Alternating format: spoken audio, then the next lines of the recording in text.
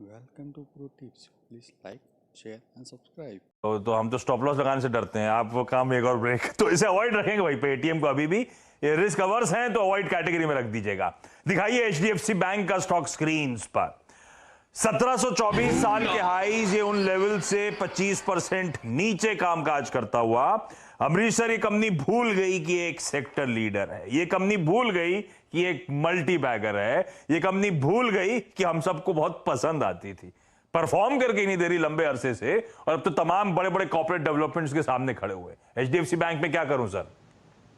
देखिए, यहाँ पे रीजन है। आदित्यपुरी जी जिन्होंने ये बैंक सेटअप किया था, लास्ट 25 साल से मैनेज किया, रिटायर हो जाते हैं, तो टाइम लगता है बैंक को रिकवर करने के लिए वहां से। और इनका जो आईटी बैकबोन था उसका भी इश्यू था, पर एक्चुअली फाइनेंशियल परफॉर्मेंस उतना इफेक्ट नहीं हुआ था। Q4 का भी देखते हैं, मॉडरेट ग्रोथ दिखाया, क्रेडिट क्वालिटी भी काफी इंप्रूव किया है। और अभी हम लोग देखेंगे कि आगे जाके सिनर्जीज आएंगे एचडीएफसी बैंक मर्जर से, तो मुझे लगता है कि इस भाव में लेना चाहिए। थोड़ा लॉन्ग टर्म है, like we have seen in the last 25 years, ये स्टॉक लेके रखना पड़ेगा एटलीस्ट द नेक्स्ट 4-5 इयर्स, क्योंकि बैलेंस शीट देखें तो काफी हेल्दी बैलेंस शीट है, higher provision than regulatory requirement. Tier 1 capital भी देखें तो 17.9 का है, which is higher than required. So overall जिस हिसाब से देखें, I think on all parameters it outperforms, तो इस लेवल पे लेना चाहिए। मेरा जो 1 साल का टारगेट है 1850 का है, but it's a long term story. ठीक, लॉन्ग टर्म के लिहाज से अट्रैक्टिव इन लेवल्स पे एचडीएफसी बैंक खरीदा जा सकता है। 1850 के लक्ष्य मैं रिविजिट करूंगा जब रैप अप करूंगा। एक स्टॉक और जाते जाते अवस्थी साहब आप देखिएगा, हिंडाल्को का स्टॉक स्क्रीन पर लेकर आइए डायरेक्टर साहब। इसका चार्ट क्लियरली बता देगा इसको भूला क्यों कह रहा हूं। ये अपना डायरेक्शन भूल गया। अब ये इसके थ्रू मैं मेटल्स की बात कर लूं, लेकिन हिंडाल्को इसलिए चूज करा था क्योंकि ऑफ लेट सबसे ज्यादा वोलेटिलिटी मेटल पैक में कोई दे रहा है तो वो हिंडाल्को ही है, तो ये बेहतर था फिर मेरे लिए बातचीत करने के लिए। लेकिन भूला क्यों था?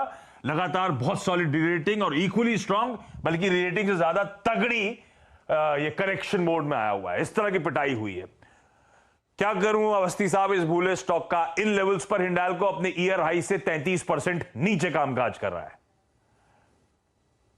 देखिए, कमोडिटी के संग एक सबसे बड़ा रिस्क होता है कि जब कमोडिटी में एक एवर्स इन्वेस्टर एवर्स सेंटिमेंट आता है तो प्राइसेस फिर वो वैल्यूएशन के लिंक में नहीं चलते।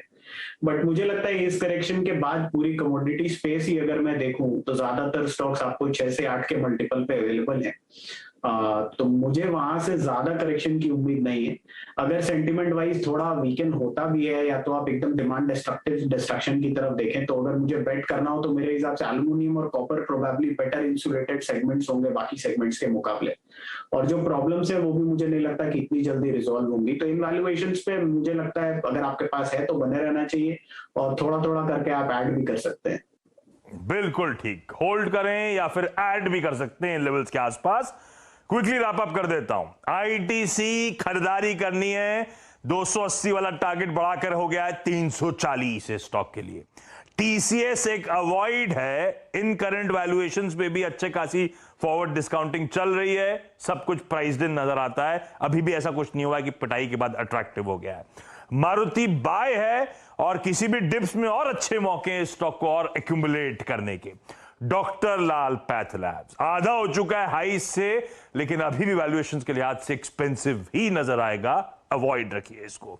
पेटीएम अगर रिस्क ले सकते हैं, मेक और ब्रेक वाला, आर या पार वाला, तो मामला ठीक है, रिस्क अवर से तो अवॉइड करिएगा स्टॉक को, तो इसके लिए मैंने अवॉइड ही रख दिया है इसको स्क्रीन पर।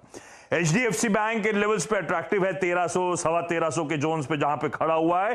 1850 तक के लंबी अवधि के टारगेट्स इस स्टॉक के नजर आते हैं। और फाइनली अभी हिंडाल्को की भी चर्चा हुई थी, होल्ड है इन लेवल्स पे, या चाहे तो फर्दर ऐड कर सकते हैं इस रीसेंट करेक्शन के बाद। ये थे वो भूला स्टॉक्स जो अपनी अपनी ट्रेजेक्टरी को भूल गए थे, उन पे एक्सपर्ट्स के ये, हमारे गाइड्स के ये बढ़िया व्यूज।